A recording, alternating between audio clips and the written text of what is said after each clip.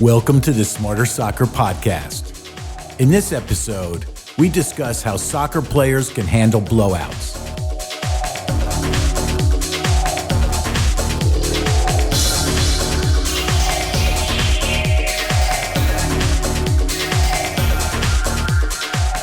First off, let's give a definition of what a blowout is. When your team is beating another team by many goals, or just the reverse, your team is getting decimated by another team by many goals. Scores like 5-0, 7-0, 9-0, those are all considered blowouts in soccer. Okay, so you're being blown out by a much better team. The score is 6-0, and your team can barely make it to midfield without losing possession. Most of your teammates have their heads down and are barely even running anymore. What do? Blowouts are difficult when you're on the receiving end, but they do present some opportunities for you to develop both your mental and technical skills. The first order of business is to stop feeling sorry for yourself. Sure, you're getting shellacked on the field and it feels awful, but it happens to every soccer player. If you play soccer long enough, you'll find yourself on both ends of the equation many times. You'll get annihilated in some games and your team will dominate in others. What you should concentrate on is how you conduct yourself during both these scenarios.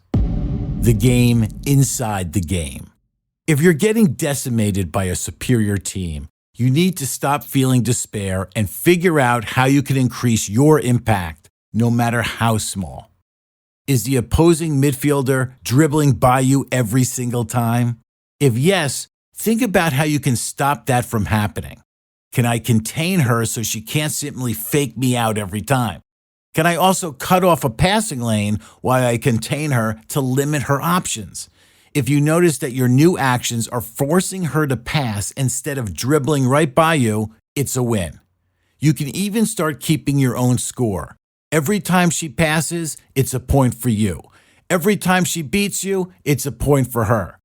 Doing something as simple as this creates a game inside the game.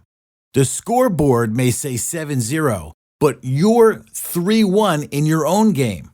You're winning. What if every time you get the ball, the opponents steal it from you? Either they tackle you, or they poke it away, or simply body you off the ball and take it away. It seems hopeless and you start to wish the ball never comes your way. Not exactly what you signed up for, huh? Well, change the way you look at the game and the game will change.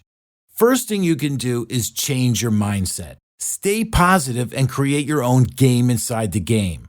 Instead of thinking, I don't want the ball, think, every time I get the ball, I'm going to focus on maintaining possession long enough to get off a good clean pass to a teammate.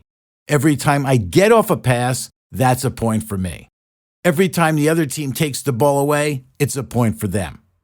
Start thinking about how you can get your point each time.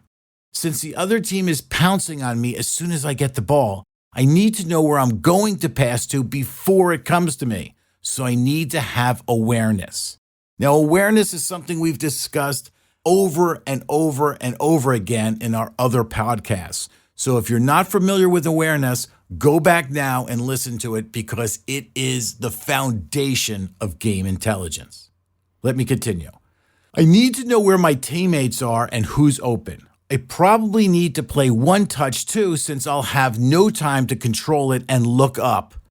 All right then, keep my head on a swivel, always optimize my positioning so I'm in an open passing lane, find open space, ball is passed to me, move to it, one touch pass, boom, point for you. It's that simple. It doesn't have to be a huge, elaborate thing. Very simple actions yield points for you. Even if the score is a complete blowout, you're winning because you're doing the right things on the field in a small way. And guess what? At no point during your own game inside the game did you think about the score. In the two examples I just mentioned, you have created your own game inside the game to enhance your skills and take away something positive from a negative situation. Instead of feeling bad about yourself and your team, you've created situations where you can make small wins to improve. That's playing smart. Show class when dominating a weak team. Now let's flip the coin. Your team is blowing out a very weak opponent. The other team is demoralized and feeling miserable about themselves. You've been in the exact same situation and understand precisely how they feel. This is the time to show some class and behave in a manner that doesn't make the other team feel worse. In no way should you be excessively celebrating goals or whoop it up when a teammate performs a technical skill that leaves an opponent in the dust, or laugh when a mishap befalls the other team. Instead, keep it respectful and even offer words of encouragement. If an opponent falls down, help them up. I have to tell you, the amount of admiration by parents, friends, fans will actually be far greater than you can imagine. You know why? Because displays of good character in athletics are few and far between these days.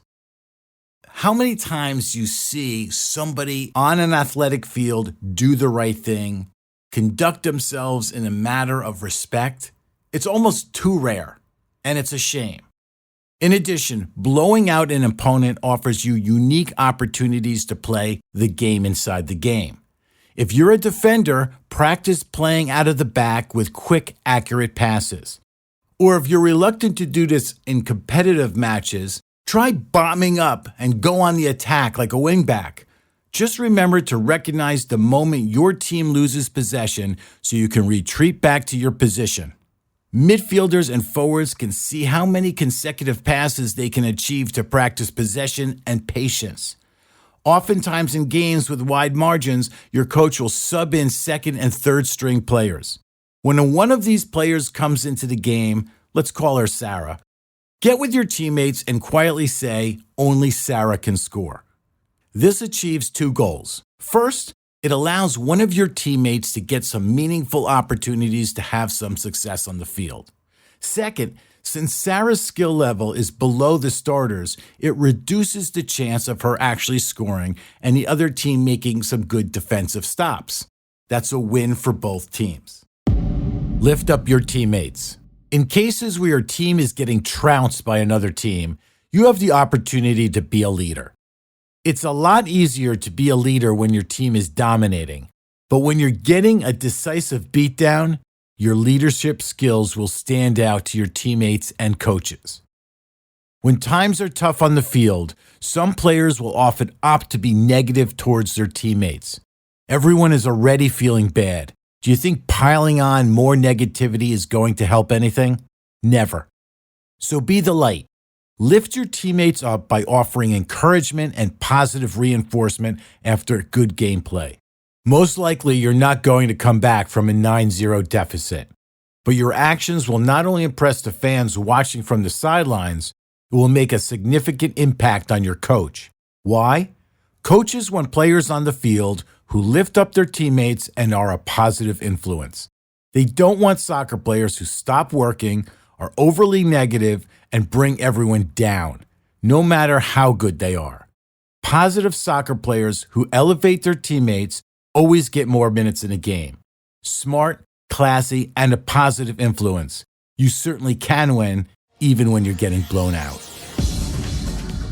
That's all for this episode of the Smarter Soccer Podcast. To learn more about Smarter Soccer, please visit smarter.soccer.